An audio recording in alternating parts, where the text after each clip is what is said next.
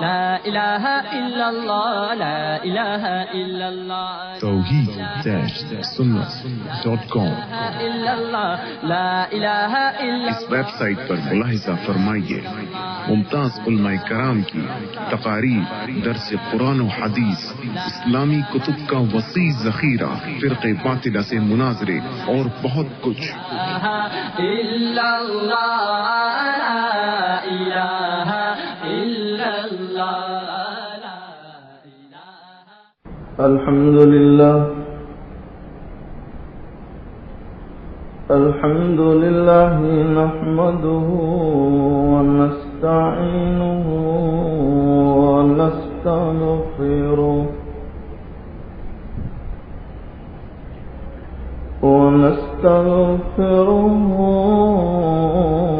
ونؤمن به ونتوكل عليه، أما بعد فأعوذ بالله من الشيطان الرجيم.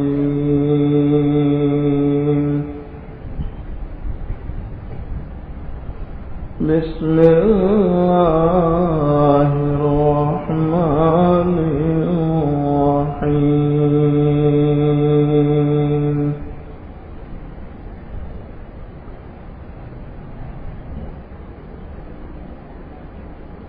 وفوق كل ذي علم عليم.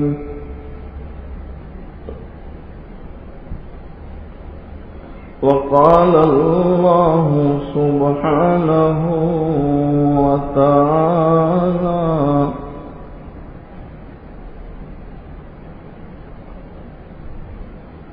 سبحان الذي أسرى بعبده ليلا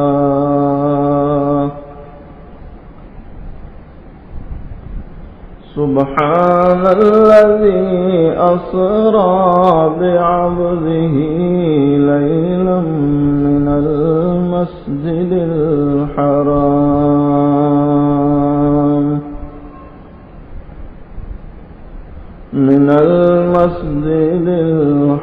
الحرام إلى المسجد الأقصى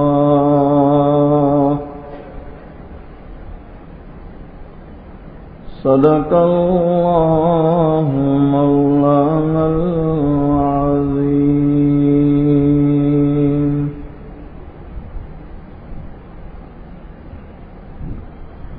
کیا شان ہے کیا نبی،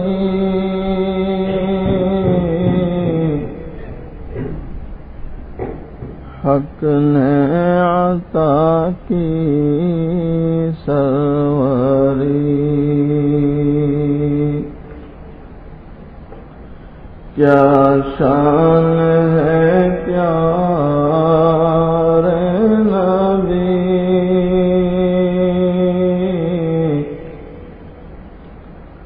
حق نے عطا کی سروری.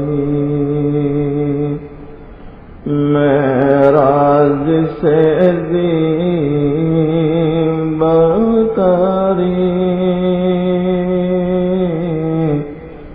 بلغ العلا بکمالہ.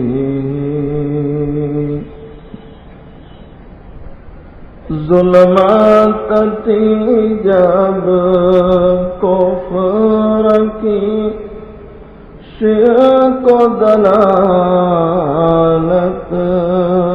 بت گری. ظلمات تھی جب کفر کی، شرک و ضلالت بت گری. ایمان کی روح پھونک دی کشف الدجى بجماله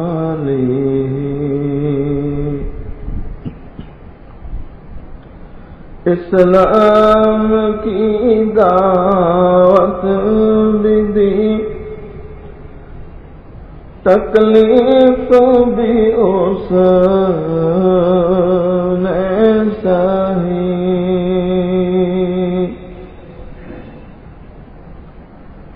اسلام کی دعوت بھی دی تکلیف بھی اس نے سہی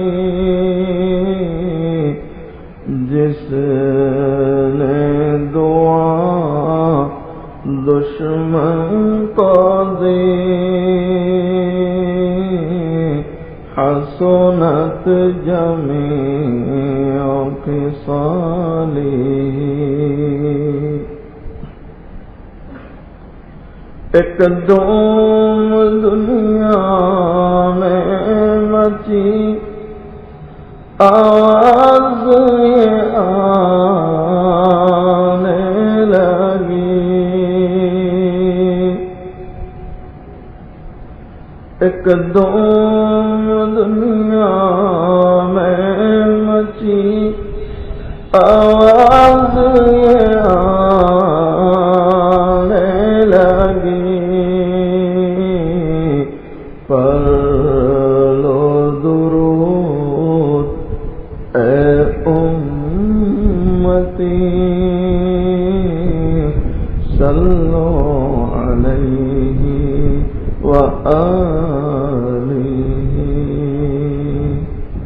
ایک مرتبہ محبت کے ساتھ درود شریف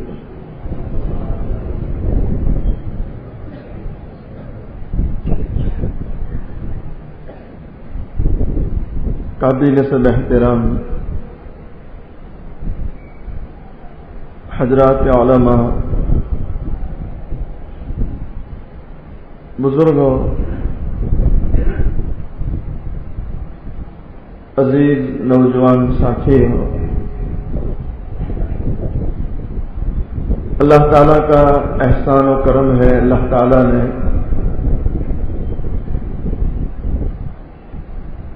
آج 9 جولائی عیسوی 2010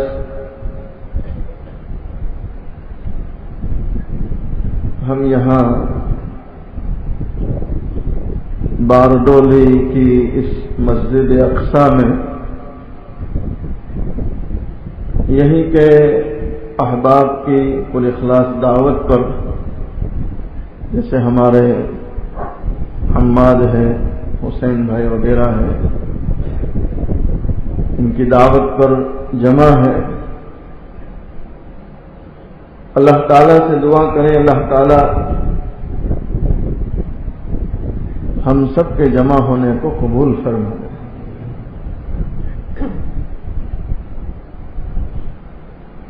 خطبے میں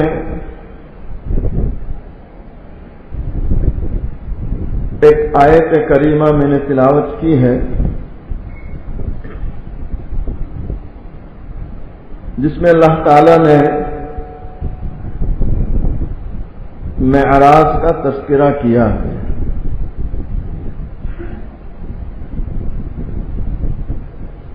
ویسے علماء کے اختلاف کے ساتھ کہ 27 رجب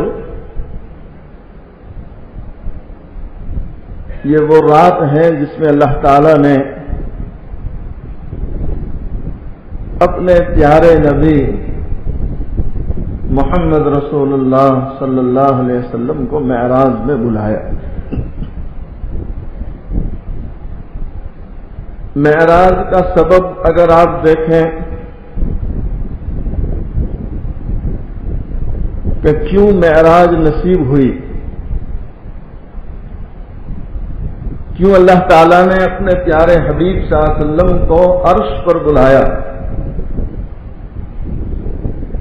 اس کے ضمن میں کافی واقعات ہیں، بڑے بڑے اہم واقعات پیش آئے، جس میں طائف کا واقعہ بھی ہے، چچا ابو طالب ان کی وفات کا واقعہ بھی ہے، بائیکاٹ جو ہوا وہ واقعہ بھی سبب ہے، اور حضرت خدیجۃ الکبریٰ رضی اللہ تعالی عنہا جو آپ کی سب سے پہلی بیوی اور وہ بیوی جس نے اپنا سارا مال پیارے حبیب صلی اللہ علیہ وسلم پر قربان کر دیا، بلکہ اپنا سب کچھ قربان کر دیا، اس چہیتی بیوی کی وفات وہ بھی معراج کا سبب ہے۔ علماء لکھتے ہیں اس سال میں اتنے واقعات ہوئے غم کے کہ اس سال کو عام الحزن رکھا گیا نام، کہ یہ غموں کا سال ہے۔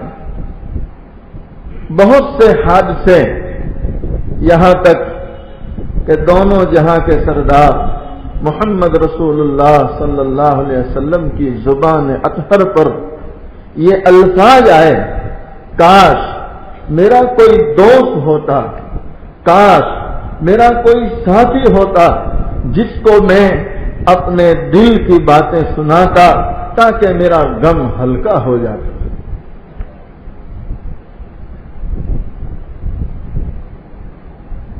بادشاہوں کا بادشاہ، حاکموں کا حاکم، احکم الحاکمین، اللہ تعالیٰ ساری چیزیں دیکھ رہے ہیں جو اس دین کے خاطر محبوب دو جہاں صلی اللہ علیہ وسلم پر گزر رہی۔ یہ حالات کا آنا محض دین کی بنیاد پر تھا، محض دین کی بنیاد پر، کوئی کاروبار کا سلسلہ یا کوئی بنگلوں کا سلسلہ، کچھ بھی نہیں۔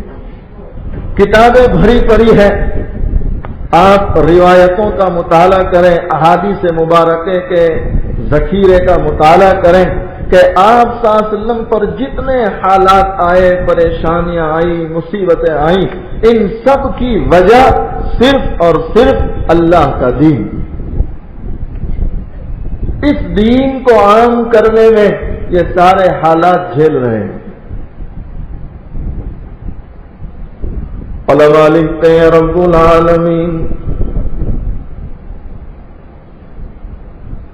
جبرائیل علیہ السلام کو بھیجتے ہیں، جاؤ نا میرے محبوب کی خدمت میں،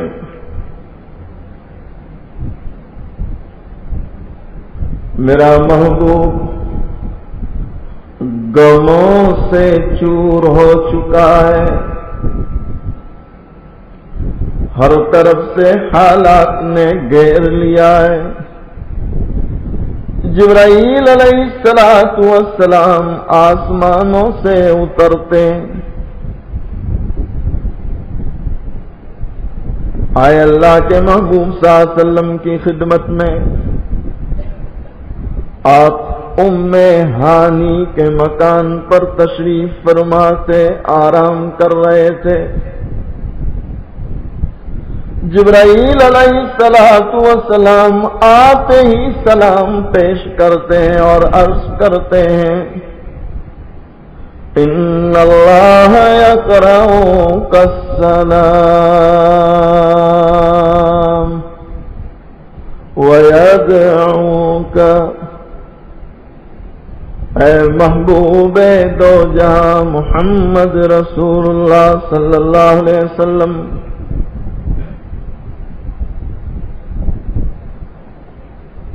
آپ کے رب نے آپ کو سلام کہا ہے اور آپ کا رب آپ کو یاد کر رہا ہے۔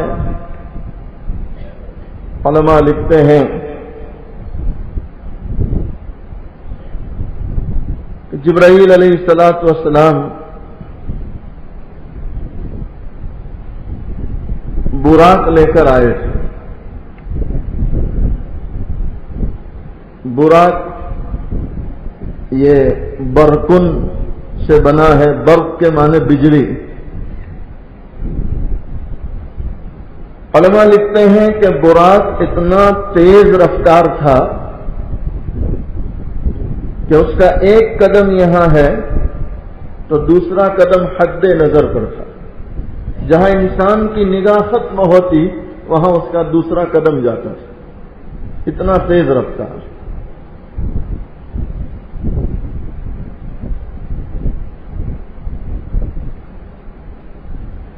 حرم میں پاک میں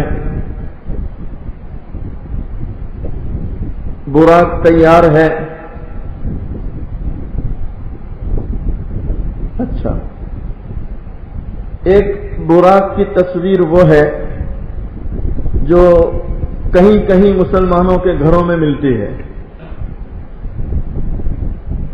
دوڑنے والی پاکھیں بھی ہے اور چہرہ بنایا ہے۔ یہ میں معراج کے ضمن میں براق کا تذکرہ ہوا اس لیے کہہ رہا ہوں کہ ہم لوگ کتنی جہالت میں ہیں، حالانکہ اتنا دین کا کام ہو رہا ہے، اتنے بیانات ہو رہے ہیں، اتنی ہماری مسجدیں ماشاءاللہ عالیشان ہو گئی اور پتہ نہیں کتنا کام ہو رہا ہے، لیکن ابھی تک مسلمان کی جہالت کا یہ عالم ہے کہ اس کو یہ پتہ تک نہیں ہے کہ براق کی اصل شکل کیا تھی۔ ہمارے علماء نے لکھا کہ یہ جو براق کی تصویر مسلمانوں کے گھروں میں ہے اور یہ بیچارہ مسلمان کبھی عقیدت محبت میں اس کو خوشبو کی دھونی دیتا ہے، کبھی اگربتی جلاتا ہے۔ علماء نے لکھا کہ یہود و نصارہ کی سب سے بڑی چال ہے یہ کہ مسلمان کو فتنے میں مبتلا کرنے کے لیے ایک حسینہ عورت کا چہرہ براق کے ساتھ لگا دیا، اور اس سے بڑھ کر اللہ کے نبی صلی اللہ علیہ وسلم کی سواری کی کوئی توہین نہیں ہو سکتی۔ یہود و نصارہ نے، اسلام دشمنوں نے اللہ کے محبوب صلی اللہ علیہ وسلم کی سواری کا کھلے عام مذاق اڑایا، اور اس سے بڑھ کر افسوس کی بات یہ ہے کہ مسلمان اسی کو عقیدت سے خوشبو کی دھونی دے رہا ہے۔ سوچو ذرا مسلمانوں، ہماری جہالت کا کیا عالم ہے۔ آج تک ایک اللہ کا بندہ ایسا نہیں ملتا جو یہ تصویر لے کر آئے، کسی عالم کو جا کر پوچھے کہ مولانا واقعی میں یہ اللہ کے نبی صلی اللہ علیہ وسلم کی سواری ہے؟ کوئی پوچھنے والا نہیں۔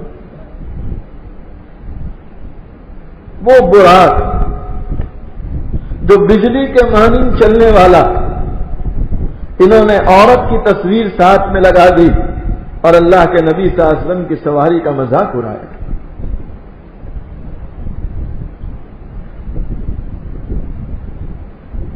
جب وہ براق لے کر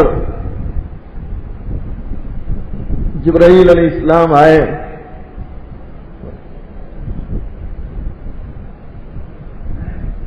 ایک عجیب بات لکھی علماء نے، اور ہمارے بزرگوں نے بھی اس کو کتابوں میں جگہ دی ہے، اور بڑا ایک اہم سبق اس سے ملتا ہے امت کو، اس لیے میں سنا رہا ہوں اسے کہ سواری تیار ہے۔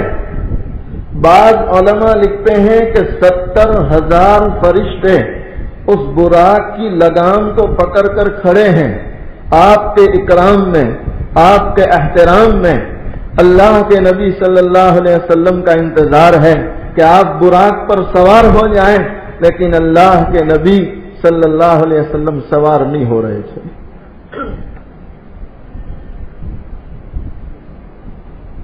جبرائیل علیہ السلام سے اللہ نے فرمایا جبرائیل جاؤ ہمارے محبوب سے پوچھو کہ ہم آپ کا عرش پہ انتظار کرتے ہیں, ہم نے سواری بھیجی ہے, آپ کیوں سوار نہیں ہو رہے؟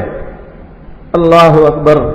دونوں جہاں کے سردار محمد رسول اللہ صلی اللہ علیہ وسلم نے فرمایا اے جبرائیل اللہ تعالیٰ کے سامنے عرض کریں آپ کہ مجھے آج یہ فکر ہے کہ آج میں سفر میں جا رہا ہوں, اللہ تعالیٰ نے مجھے اتنی بہترین سواری دی ہے, میں یہ سوچ رہا ہوں کہ کل قیامت کے دن میری گنہگار امت اپنی اپنی قبروں سے اٹھے گی اور وہ جنت کی طرف چلے گی اور میدان محشر کی طرف چلتی ہوگی. اس وقت کیا میری امت کو کوئی ایسی سواری دی جائے گی جس سے ان کے لیے آسانی ہو جائے؟ سوچو مسلمانوں,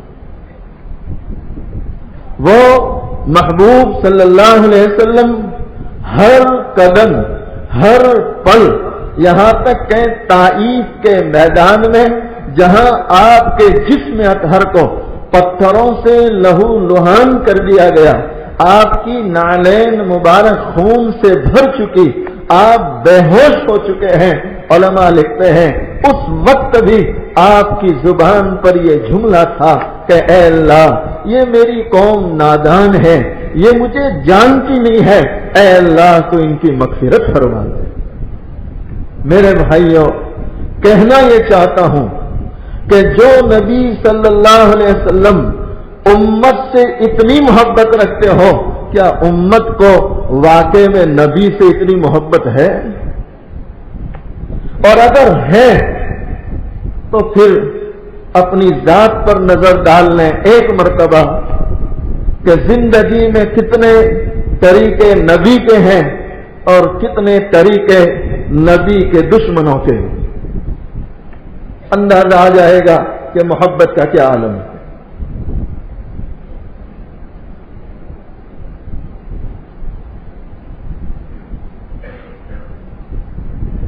جامع مسجد کے دروازے پر دہلی کی بات کرتا ہوں اور پرانے زمانے کی بات کرتا ہوں جبکہ انگریزوں کا زمانہ تھا.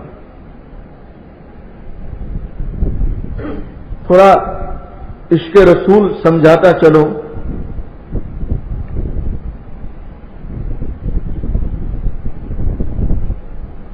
ایک فقیر بھیک مانگنے کے لیے جامع مسجد کے دروازے پر بیٹھا ہے. دیکھو عشق کسے کہتے ہیں. ہمارے علماء نے لکھا کہ عشق جب صحیح معنی میں آتا ہے تو آداب عشق سکھاتا ہے.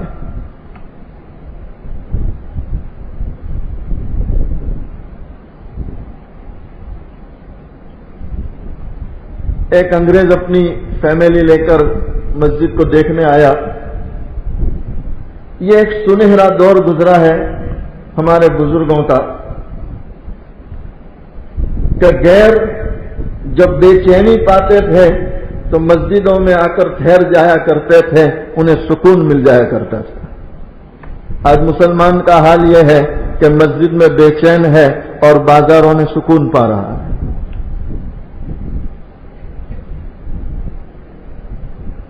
آپ سڑکوں پہ دیکھ سکتے ہیں مسجد سے زیادہ سڑکوں پر, پارکوں پر, باغوں میں, ٹووں پر, لاریوں پر مسلمانوں کی بھیڑ ملے گی. اور رات کو دیر تک, میں ہمارے سورت شہر میں اکثر کہا کرتا ہوں کہ ماشاءاللہ ایسے مسلمان بھی ہے کہ صبح میں سحری کی نیت سے 12 ہاندی کھا کے سوتے ہیں اور ظہر کے وقت ان کی صبح ہوتی ہے. یہ امت کا حال ہے, یہ امت کا حال ہے. اور امت میں بھی امت کا وہ طبقہ جسے کریم کہا جائے, جسے ملائی کہا جائے, یعنی نوجوان طبقہ, اس طبقے کا یہ حال ہے. علماء لکھتے ہیں وہ قوم کبھی کامیاب نہیں ہو سکتی جس قوم کے نوجوان غفلت میں مبتلا ہو جائے۔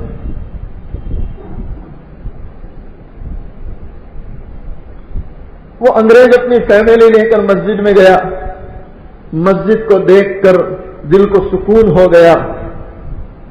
باہر نکلا تو فقیر کو چپل وغیرہ دیا تھا حفاظت کے لیے، تو بٹوا نکالا، پاکٹ نکالا اور پیسے دینے لگا فقیر کو۔ فقیر نے پیسے لیے، پھر وہ چپل وغیرہ لے کر نکل گیا، لیکن بھول سے اس انگریز کا بٹوا، اس کا پاکٹ نیچے گر گیا۔ وہ تو موتر لے کے آیا تھا، نکل گیا۔ ایک عرصے کے بعد 2 مرتبہ انگریز کے دل میں خیال آیا کہ لمبی مدت ہو گئی، جامع مسجد میں جانا نہیں ہوا، لاواز پھر اپنے بچوں کو لے کر جامع مسجد میں جاؤں۔ 2 مرتبہ مسجد دیکھنے آیا تو وہ فقیر وہیں دروازے پر بیٹھا ہوا تھا، چپل وغیرہ اس کو دے دیا، اندر گیا، مسجد میں گھوم پھر کر باہر نکلنے لگا۔ جب گیٹ پر آیا تو اس فقیر کو پیسے دیے، فقیر نے پیسے لیے، چپل وغیرہ دے دیا۔ پھر جب انگریز جانے لگا تو فقیر نے پکار کر کہا، صاحب ٹھہرو ٹھہرو۔ انگریز ٹھہر گیا، کہا صاحب کوئی چیز تمہاری گم ہو گئی ہے، آپ پچھلی مرتبہ آئے تھے؟ کہا ہاں میرا ایک بٹوا گم ہو گیا ہے، ایک میرا پاکٹ گم ہو گیا جس میں میرے بہت سارے روپیے تھے اور ضروری کاغذات بھی اس میں تھے۔ اس فقیر نے جیب میں ہاتھ ڈالا، بٹوا نکالا اور انگریز کے سامنے پیش کر دیا۔ اس زمانے کے حالات کو دیکھ کر تو یوں کہا جائے گا کہ ہم سے فقیر اچھا ہے امانت کے معاملے میں۔ بھائی غلط تو نہیں کہتا، اچھے اچھے لوگ امانت کے معاملے میں بدنام ہیں، اور حضور پرنور صلی اللہ علیہ وسلم نے فرمایا کہ آخری زمانے کی علامت یہ ہے، نشانی یہ ہے کہ امانت دار وہ گنے جائیں گے کہ فلاں فلاں فلاں امانت دار ہے، باقی کسی پر بھروسہ نہیں کر سکتے۔ بھئی آج ہے کہ نہیں ہے؟ خیر، انگریز نے بٹوا لیا اور سب طرف دیکھنے لگا تو اس کے سارے پیسے ویسے ہی تھے، کاغذات ویسے ہی تھے۔ بڑا حیران ہوا، اس نے کہا آپ تو فقیر ہیں، آپ تو غریب ہیں، اتنے پیسے تھے بٹوے میں کہ اگر آپ یہ بٹوا مجھے واپس نہ کرتے تو تمہیں یہاں بھیک مانگنے کی نوبت نہ آتی، تم امیر ہو جاتے، تم مالدار ہو جاتے، اور مجھے تو پتا بھی نہیں تھا کہ بٹوا کہاں گرا ہے، آپ نے یہ پاکٹ واپس کیوں کیا؟ اللہ اکبر! قربان جائیے جامع مسجد کے گیٹ پر بیٹھنے والے اس فقیر کے عشق رسول صلی اللہ علیہ وسلم پر میں سمجھتا ہوں اس واقعے کی روشنی میں ہمیں عشق رسول کے بھی ہوا تک نہیں لگی ہے۔ عشق رسول تو بہت دور کی بات ہے، ابھی ہمیں ہوا تک نہیں لگی ہے۔ اگر ہوا بھی لگ جاتی، قسم خدا کی کھا کے کہتا ہوں کہ عشق رسول صلی اللہ علیہ وسلم کی صحیح معنی میں ہمیں ہوا بھی لگ جاتی تو ہماری زندگیاں اس طرح گناہوں میں چور نہ ہوتی۔ وہ فقیر کہہ رہا ہے، اے صاحب آپ کے جو نبی ہے وہ حضرت عیسیٰ ہے اور میرے نبی دونوں جہاں کے سردار محمد رسول اللہ صلی اللہ علیہ وسلم ہے۔ اے انگریز صاحب، میں نے سنا ہے میرے علماء سے کہ کل قیامت کے دن سارے نبیوں کو جمع کیا جائے گا اور ایک طرف حضور پاک صلی اللہ علیہ وسلم کی امت بھی ہوگی۔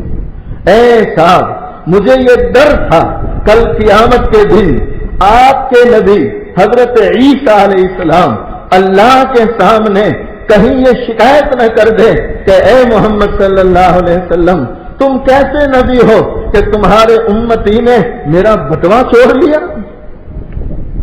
سوچو سوچو مسلمانوں، سوچو ذرا. ہم نے تو اتنی دور کی ابھی تک سوچنے کی عادت ہی نہیں ڈالی. ہم سوچتے نہیں اتنا. ہم تو چونکہ مزاج ہی نقد کا بن گیا تو گھڑی تو گھڑی کی سوچتے ہیں کہ بھائی بیان کے بعد کیا ملے گا. بس کل کیا کرنا ہے وہ اللہ جانے، بیان کے بعد کیا ملے گا. بس ہم اتنی سوچتے ہیں. یہ جامع مسجد کے فقیر کا حال ہے کہ مسجد کے گیٹ پر بیٹھ کر بھیک مانگ رہا ہے اور سوچ رہا ہے آخرت کی. علماء لکھتے ہیں انگریز اتنا تعجب ہوا اس کو کہ اللہ اکبر، اس نبی کا امتی اور اس کا یہ حال ہے کہ بھیک مانگتا ہے لیکن اپنے نبی کی ذلتی کو برداشت نہیں کر سکتا صلی اللہ علیہ وسلم. علماء لکھتے ہیں دونوں جہاں کے سردار محمد رسول اللہ صلی اللہ علیہ وسلم کو اطمینان دیا جاتا ہے، تسلی دی جاتی ہے. اے جبرائیل جاؤ نا میرے محبوب کو فرما دیں، میرے محبوب کو اطمینان دے دیں کہ اے محمد صلی اللہ علیہ وسلم فکر نہ کریں آپ، کل قیامت کے دن تمہاری امت کو بھی اس طرح سواری دی جائے گی تاکہ ان کے لیے آسانی ہو جائے. دونوں جہاں کے سردار محمد رسول اللہ صلی اللہ علیہ وسلم براق پر سوار ہوتے اور وہ براق تیزی کے ساتھ چلتا ہے. علماء لکھتے ہیں آنے واحد میں میلوں کا سفر طے ہوتا ہے. آپ آسمانوں پر جاتے ہیں، پہلے آسمان پر، پھر دوسرے پر، تیسرے پر، اس طرح 7 آسمان کا سفر ہوتا ہے. دونوں جہاں کے سردار محمد رسول اللہ صلی اللہ علیہ وسلم، اللہ نے آپ کو مقام یہ دیا ہے. علماء لکھتے ہیں کہ لوگوں تمہارے گھر میں بچے ہوتے ہیں، کھیلوں میں سے کھیلتے ہیں، جب انہیں شوق ہوتا ہے تم باغوں میں لے کر گھومتے ہو. میرا محبوب جو یتیم ہے اس کا تو باپ ہی نہیں ہے، لیکن جب اس کا جی ہوگا آسمان کیا ہوتے ہیں میں عرش پر بلاؤں گا. حضرت موسیٰ علیہ السلام کی بھی معراج ہوتی ہے. رب العالمین فرماتے ہیں اے موسیٰ آؤ طور پر آؤ، لیکن حکم ہو رہا ہے فخلع نعلیک. اے موسیٰ اپنی جوتی اتار کر آؤ کہ بابرکت جگہ پر تم آ رہے ہو. لیکن دیکھو نا حضور پاک صلی اللہ علیہ وسلم کے مقام کا کیا عالم ہے. آپ جوتی سمیت آسمانوں کا سفر کر رہے ہیں. علماء لکھتے ہیں دونوں جہاں کے سردار محمد رسول اللہ صلی اللہ علیہ وسلم ایک ایسے مقام پر پہنچتے ہیں جہاں جا کر جبرائیل ٹھہر جاتے ہیں. اللہ کے نبی صلی اللہ علیہ وسلم نے فرمایا جبرائیل چلو نا.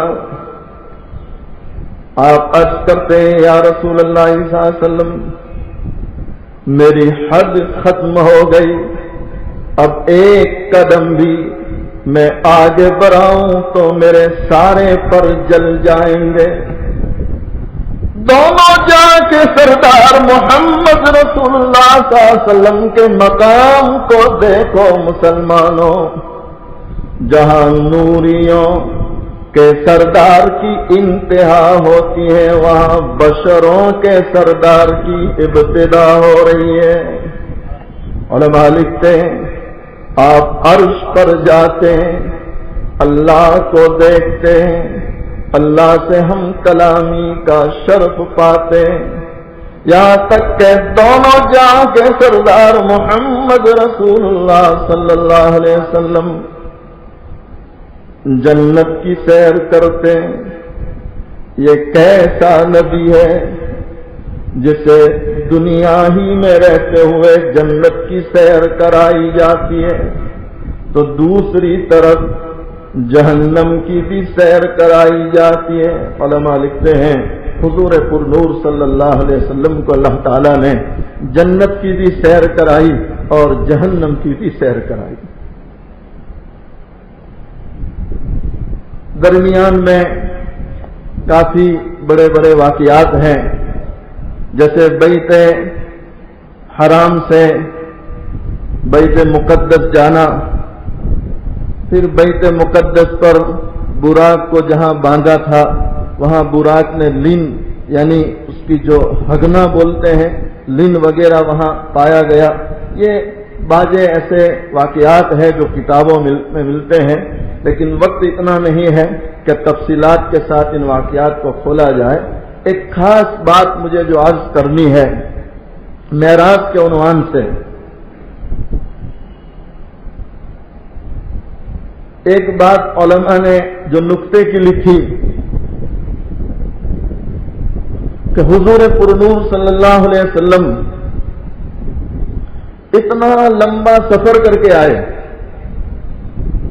سدرۃ المنتہا، سدرہ جہاں بیری کا درخت ہے، بیت معمور جو فرشتوں کا کعبہ جہاں فرشتے طواف کرتے ہیں، مختلف مقامات پر اللہ کے نبی صلی اللہ علیہ وسلم کی حاضری ہوئی۔ جہنم کی جو سیر تھی اور اس میں جو بعض عذابات دیکھے، اللہ اکبر۔ ایک جگہ اللہ کے نبی صلی اللہ علیہ وسلم پہنچے، دیکھا کہ عورتوں کی شرمگاہیں اور مردوں کی شرمگاہیں سروں پر ہیں۔ توحید-سنت.com اور وہاں سے پیپ نکل رہا ہے، خون نکل رہا ہے اور وہ اس کو پی رہے ہیں۔ اللہ کے نبی صلی اللہ علیہ وسلم دیکھ کر حیران ہو گئے کہ یا اللہ، یہ کیسا عذاب ہے کہ شرمگاہیں اپنی جگہ سے نکل کر یہاں آ گئی، اس میں سے پیپ نکل رہا ہے اور یہ منہ سے اس کو پی رہے ہیں۔ تو جبرائیل علیہ السلام سے پوچھا، اے جبرائیل، یہ کون لوگ ہیں؟ علماء نے لکھا ہے کہ جبرائیل علیہ السلام ٹھہر ٹھہر کر جواب دیتے تھے، اس ڈر سے کہ اللہ کے محبوب صلی اللہ علیہ وسلم ابھی سنیں گے تو آپ کو غم ہوگا، آپ کو صدمہ افسوس ہوگا۔ تو دھیرے سے جبرائیل علیہ السلام نے عرض کی، یا رسول اللہ صلی اللہ علیہ وسلم، یہ تمہارے امتی ہیں۔ آپ صلی اللہ علیہ وسلم حیران ہو گئے کہ جبرائیل، یہ میرے امتی ہیں اور میرے امتیوں کو یہ عذاب دیا جائے گا؟ کہا ہاں یا رسول اللہ صلی اللہ علیہ وسلم۔ کہا یہ کون ہے میری امت کے؟ تو جبرائیل علیہ السلام نے عرض کی، یا رسول اللہ صلی اللہ علیہ وسلم، یہ تمہاری امت کے وہ مرد وہ عورتیں ہیں جو دنیا میں زنا کیا کرتے تھے۔ علماء لکھتے ہیں زنا کا عذاب اللہ کے نبی صلی اللہ علیہ وسلم نے معراج کی رات میں اپنی آنکھوں سے دیکھا، اور اس کو دیکھنے کے بعد جب دنیا میں تشریف لائے تو اپنی زبان اطہر سے اس کو بیان فرمایا کہ اے میرے امتیوں، ان آنکھوں سے دیکھا ہے اور اس پاک زبان سے بیان کرتا ہوں کہ میری امت کا جو مرد یا میری امت کی جو عورت زنا کرے گی، اللہ کل قیامت کے دن اس کو یہ عذاب دے گا کہ ان کی شرمگاہیں سروں پر آ جائے گی، اس سے پیپ نکلتا ہوگا اور وہ خود اپنے منہ سے اس کو پیتے ہوں گے۔ سوچو مسلمان، اچھا یہ تو عذاب ہے آخرت کا، زنا کا وبال دنیا میں۔ علماء لکھتے ہیں کہ کوئی زنا کرتا ہو اور دل کو سکون ہو، زنا کرتا ہو اور عزت سے جیتا ہو، یہ کبھی ہو نہیں سکتا ہے۔ زنا بربادی بربادی اور بربادی ہر اعتبار سے۔ میں نے وہاں میدان میں اس سے پہلے کہا تھا کہ چند گناہ ایسے ہیں جو قرضہ ہے، اس میں سے ایک زنا میں نے کہا تھا کہ زنا یہ ایسا گناہ ہے جو انسان پر قرض ہے کہ وہ اگر سچی توبہ نہ کرے تو وہ اس سے اس کا بدلہ چکایا جائے گا۔ ہمارے حضرت مفتی احمد صاحب دامت برکات ملینا نے بڑا عجیب واقعہ اس روز بیان فرمایا کہ ایک عالم جو نئے مدرسے سے فارغ ہوئے اور ایک گاؤں میں پڑھانے کے لیے رکھے گئے، امامت کی ذمہ داری، مدرسہ پڑھاتے ہیں۔ اللہ نے خوبصورتی بہت دی تھی، خوبصورت طولائی بھی ماشاءاللہ، قد و قامت بھی بہترین، ہر اعتبار سے اللہ نے نوازا تھا۔ اس بستی میں خدمت دیتے ہوئے شیطان کے دھوکے میں آ گئے اور کسی عورت سے آنکھ لگ گئی۔ علماء لکھتے ہیں اس سے زنا میں مبتلا ہو گئے۔ جب ذمہ داروں کو پتا چلا، کیونکہ یہ باتیں ایسی ہیں کہ ڈکی چھپی نہیں رہتی، آج نہیں تو کل یہ لوگوں کے سامنے آ ہی جاتی ہے۔ ہمارے گجراتی میں لوگ کہا کرتے ہیں کہ بھئی برائی اور بدکاری کا حال یہ ہے کہ یہ موک پر جا کر چیختی ہے، اوپر جا کے بولتی ہے۔ جب ذمہ داروں کو پتا چلا تو انہوں نے فوری طور پر بسترا نہیں باندھ دیا، جلد بازی نہیں کی، انہوں نے بیٹھ کر مشورہ کیا کہ کیا وجہ ہے ان کی اس گناہ میں مبتلا ہونے کی، اس کو سوچے۔ معلوم ہوا کہ ابھی نئے آئے ہیں، شادی ہوئی نہیں ہے، اس لیے یہ نوبت آئی ہے۔ اگر شادی ہو جائے گی تو امید ہے کہ پھر ایسا کام نہیں کریں گے۔ تو ذمہ داروں نے مشورہ کر کے اچھی لڑکی تلاش کی۔ علماء لکھتے ہیں کہ ایک بہت بڑے آدمی کی خوبصورت لڑکی سے ان کا نکاح ہوا۔ جس لڑکی سے آنکھ ملی تھی اس سے زیادہ حسین خوبصورت یہ لڑکی تھی۔ معاملہ رفع دفع ہو گیا، کوئی کچھ گویا جانتا ہی نہیں، نئے طور پر نئی زندگی کی شروعات ہو گئی۔ ایک عرصے تک خدمت دیتے رہے، لیکن علماء نے لکھا کہ جب کوئی شخص زنا میں مبتلا ہوتا ہے تو اس کی حقیقی بیوی کے ساتھ وطی کرنے کا جو قدرتی مزہ ہوتا ہے، جو لذت ہوتی ہے، اللہ وہ لذت اس انسان سے کھینچ لیتا ہے۔ اس کو وہ لذت پھر نصیب نہیں ہوتی زنا کی وجہ سے۔ یہ شادی ہو گئی، خوبصورت بیوی آ گئی، لیکن چونکہ عادت پڑ گئی تھی وہ عادت گئی نہیں۔ یہ یہاں بیوی گھر میں رہتی اور وہاں اس کے گھر کے چکر کاٹتا رہتا۔ بیوی بیچاری صبر کرتی، اللہ سے دعائیں کرتی۔ اب یہ معاملہ لوگوں تک پہنچ گیا کہ بھئی شادی ہو گئی پھر بھی یہ تو اپنی اصلاح کی فکر نہیں کر رہے، تو اب مشورہ کر کے ان کو جو ہے نکالا گیا۔ یہ دوسری جگہ چلے گئے۔ علماء لکھتے ہیں کہ اسی گناہ میں مبتلا رہے۔ اللہ کی طرف سے وقت متعین تھا، جب تک رسی ڈھیلی تھی گناہ کرتے رہے، اب اللہ نے رسی کو کھینچ لیا۔ علماء لکھتے ہیں کہ مہلک بیماری میں مبتلا ہو گئے، اور ایسی بیماری لگ گئی کہ صاحب فراش ہو گئے، بستر میں ہے، بیڈ میں، ہر اعتبار سے معذور ہو گئے۔ اب بیوی کا مزاج بگڑا۔ اب علماء لکھتے ہیں کہ وہ تو بیڈ میں ہوتا اور نئے مرد گھر میں آتے ہیں، اس کی آنکھوں کے سامنے اس کی بیوی سے زنا کرتے، وہ کچھ بول نہیں سکتا۔ علماء لکھتے ہیں کہ ایسا وقت آیا کہ بیوی اس کا ہاتھ پکڑتی، دروازے پر بٹھاتی اور یہ اندر پرائے مردوں سے زنا کرتی۔ علماء لکھتے ہیں یہ گنبد کی صدا ہے، جیسے پکارو گے ویسے سنو گے۔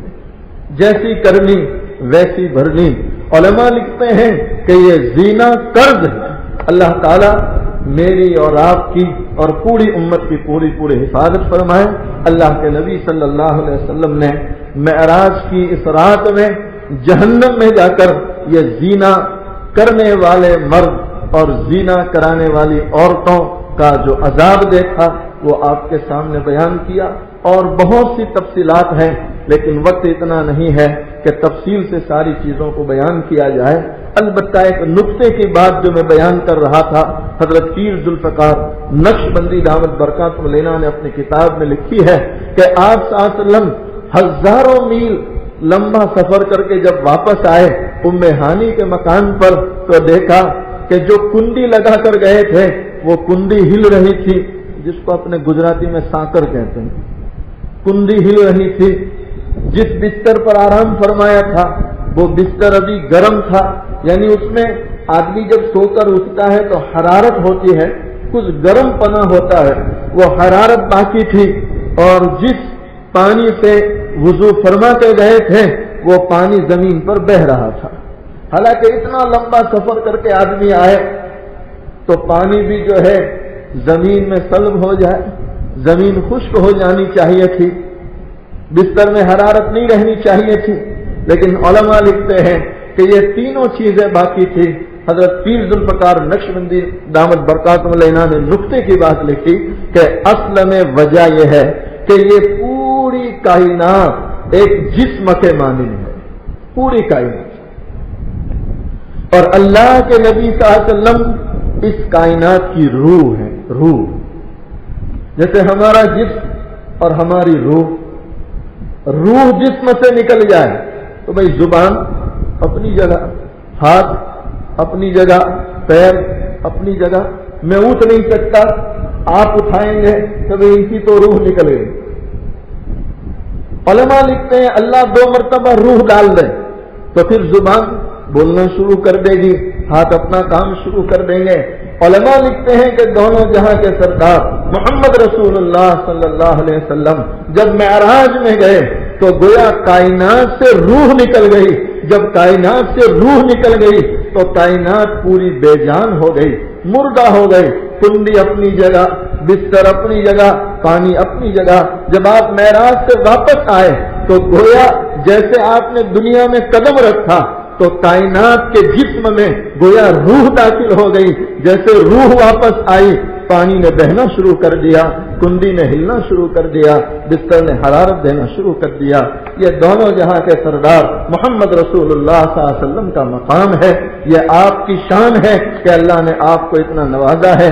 میرے بھائیوں، ہمیں ہر پل ہر موقع پر اللہ کے نبی صلی اللہ علیہ وسلم کی اتباع کرنی چاہیے، آپ کے پاکیزہ طریقوں کو تلاش کرنا چاہیے۔ اس میں کوئی شک نہیں کہ معراج کی رات یہ بہت بڑی رات ہے کہ جس رات میں اللہ نے اپنے محبوب کو عرش پر بلایا۔ لیکن یہ اس لیے کہتا ہوں کہ بہت سے ساتھیوں کے میرے اوپر فون آئے، بعضوں نے مل کر پوچھا کہ مولانا روزے کتنے رکھے جائے، اس رات میں نفلیں کتنی پڑھی جائے، سورہ یاسین پڑھا جائے، تبارک پڑھی جائے۔ میں نے کہا اللہ کے بندو، اس رات کے بڑے ہونے میں کوئی شک نہیں، کوئی شبہ نہیں کہ احادیث مبارکہ سے ثابت ہے، بلکہ اما عائشہ رضی اللہ تعالی عنہا وغیرہ کی روایتوں سے ثابت ہے کہ اللہ کے نبی صلی اللہ علیہ وسلم اپنے جسم اصلی کے ساتھ، معراج خواب نہیں تھا بلکہ جسم اصلی کے ساتھ آپ عرش تک گئے، اللہ کو دیکھا۔ تو اس رات کے بڑے ہونے میں کوئی شک نہیں، لیکن آپ پورے قرآن کو اٹھا کر دیکھ لیں، احادیث مبارکہ کو اٹھا کر دیکھ لیں، ایک صحیح حدیث میں نہیں ملتا کہ کسی صحابی نے یا کسی ولی نے معراج کے دوسرے دن روزہ رکھا ہو، کہیں ملتا نہیں۔ اس رات کے بارے میں کہیں یہ نہیں ملتا کہ بھئی 12 رکعت نفلیں پڑھی جائے، صلاۃ التسبیح پڑھی جائے یا سورہ تبارک پڑھی جائے، کہیں نہیں ملتا۔ ایک صحیح حدیث میں اس کا کوئی تذکرہ نہیں، بلکہ علماء کی جماعت میں 27 رجب کے بارے میں بھی اختلاف ہے۔ بعض علماء کہتے ہیں کہ نہ، 27 رجب کو معراج نہیں ہوئی، دوسری تاریخ تھی جس میں معراج ہوئی، کسی نے 25 کا کہا، کوئی 22 کہتا ہے، تو اس میں بھی اختلاف ہے، تاہم ہم اتنا ضرور کہیں گے کہ میرے بھائی معراج کی رات یہ بہت بڑی رات ہے، اس رات میں کوئی مسنون عمل نہیں ہے۔ ہاں اتنا ضرور کہوں گا کہ اس رات میں میرے جیسے لوگ 2-4 رکعت نفل پڑھ لیں اور پھر گھر پر جا کر ٹی وی پر بیٹھ کر گندی تصویریں دیکھیں تو اس رات کی اس سے بڑھ کر بے حرمتی کوئی نہیں ہو سکتی، مسنون عمل کوئی نہیں۔ ہاں اتنا ضرور ہے کہ اس رات میں کوئی ایسا کام نہ کرے جس سے اللہ ناراض ہو، اللہ کے نبی صلی اللہ علیہ وسلم کو دکھ پہنچے۔ کرو گے بھائی؟ اللہ تعالیٰ مجھے اور آپ کو جو ہے ایسی بڑی راتوں کی، بلکہ رجب کی پہلی تاریخ ہی سے برکت والی راتیں اور برکت والے ایام شروع ہو جاتے ہیں جو رمضان تک رہتے ہیں۔ اللہ تعالیٰ ہمیں ان برکت والی راتوں اور برکت والے ایام کی قدر کرنے کی توفیق نصیب فرمائے۔ اسی پر آج کے بیان کو ختم کرتے ہیں۔ اخیر میں دونوں جہاں کے سردار محمد رسول اللہ صلی اللہ علیہ وسلم کی شان میں چند مصرے پڑھتا ہوں، محبت کے ساتھ سماعت کرنا۔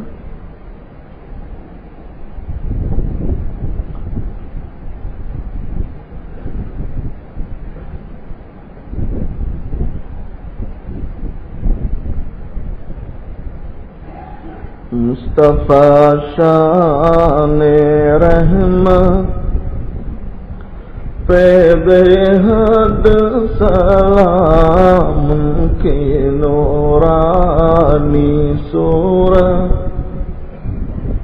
پہ بے حد سلام کی پاکیزہ سیرت پہ بے حد سلام جن کو معراج میں حق کی قربت ملے، سارے نبیوں کی جن کو امامت ملے، اور خیر الامم جن کو امت ملے، اور شفاعت کی جن کو اجازت ملے، اس نبی کی نبوت پہ بے حد سلام، مصطفیٰ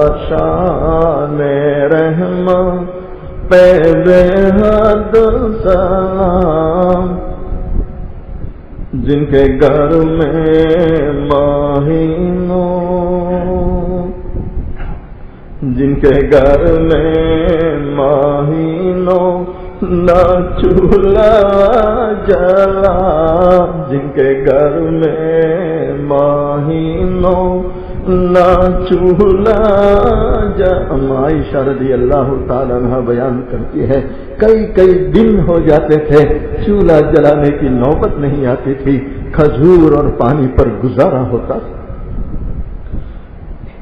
جن کے گھر میں مہینوں نہ چولہا جلا، جن کے گھر میں مہینوں نہ چولہا جلا، مرد دم جن کے گھر میں دیا تک نہ تھا، ان کی دادوں دیش کا کہوں حال کیا، سمجھ کے دیے جس نے دریا بہا، کوئی محروم تر سے نہ سائل گیا، کوئی محروم تر سے نہ سائل گیا، اس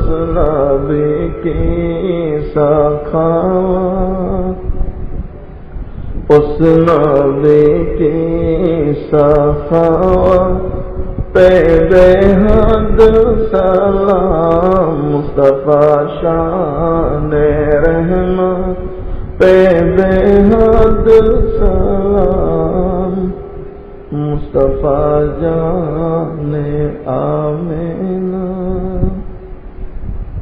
مصطفیٰ جان آمینہ پہ بے حد سلام۔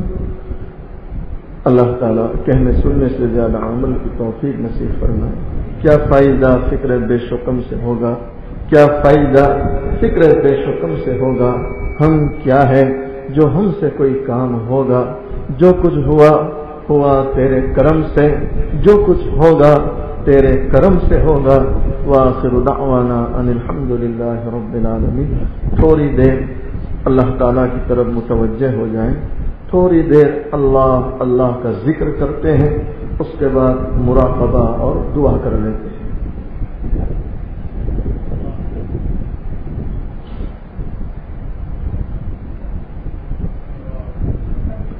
اپنی آنکھوں کو بند کر لیں، اپنی گردنوں کو جھکا لیں۔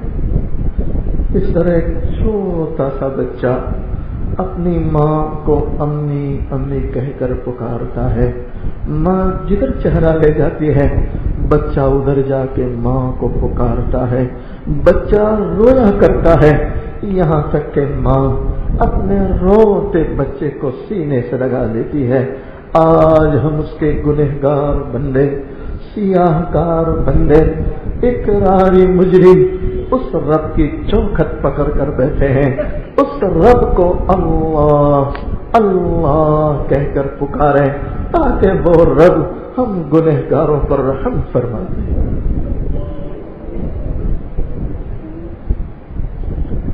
میری آواز سے ملا تو ہے؟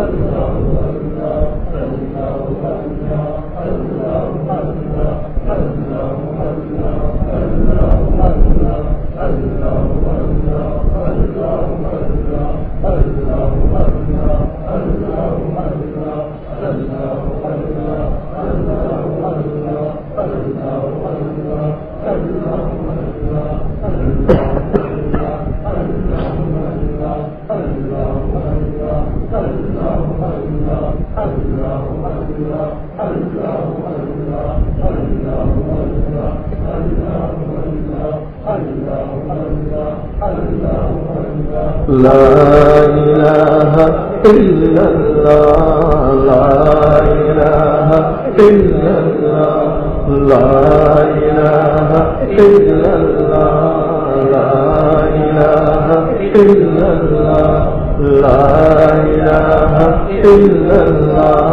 الا اللہ،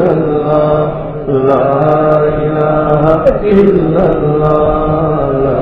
الہ الا اللہ،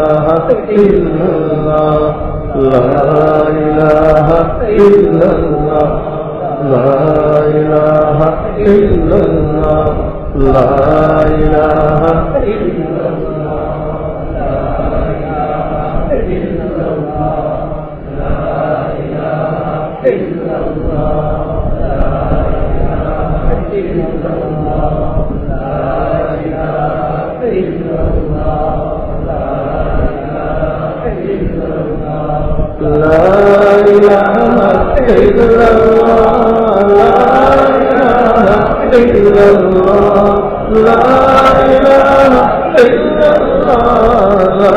إله إلا الله، لا إله إلا الله، لا إله إلا الله، لا إله إلا الله، لا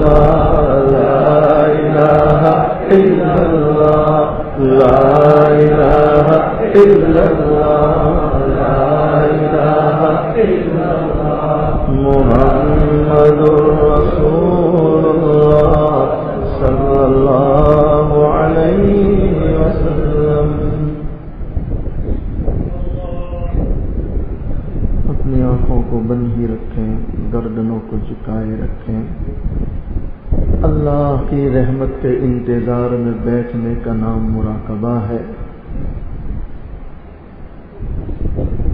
سوچیں اللہ کی رحمت دل پر اتر رہی ہے، گناہوں کی ظلمت دل سے نکل رہی ہے. بھول جائے دنیا میں کوئی ہمارا ہے، اور واقع میں اللہ کے بندو اس دنیا میں سوائے اللہ کے کوئی ہمارا نہیں.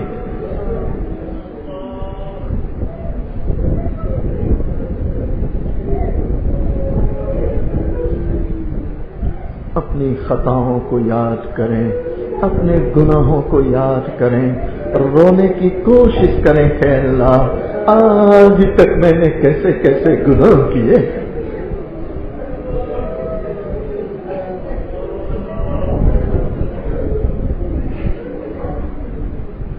اللہ کے بندو، آج ہم نے بذات خود تھوڑی دیر کے لیے آنکھیں بند کی ہے، کل وہ وقت آنے والا ہے ہمیشہ کے لیے آنکھ بند ہو جائے.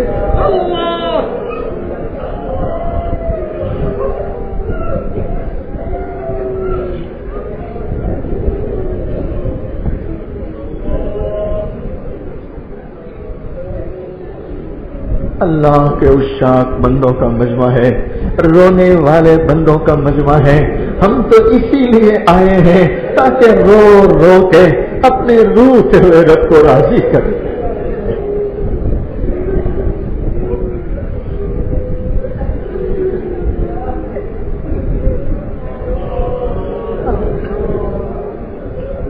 بندہ اللہ کی محبت میں ایک آنسو بہاتا ہے، اللہ زندگی بھر کے گناہوں کو معاف کر دیتا ہے. میں تیرے سامنے جھک رہا ہوں خدا، میں تیرے سامنے، میں تیرے سامنے. واقع میں اللہ کے بندو، اس اللہ کی چوکھٹ کے سوا کوئی دوسری چوکھٹ نہیں ہے جہاں جا کر ہم گنہگار اپنا سر جھکائیں. میں تیرے سامنے جھک رہا ہوں کوئی نہیں اللہ تیرے سوا، اللہ تیرے سوا، اللہ تیرے سوا۔ میں گنہگار ہوں، میں سیاہ کار ہوں،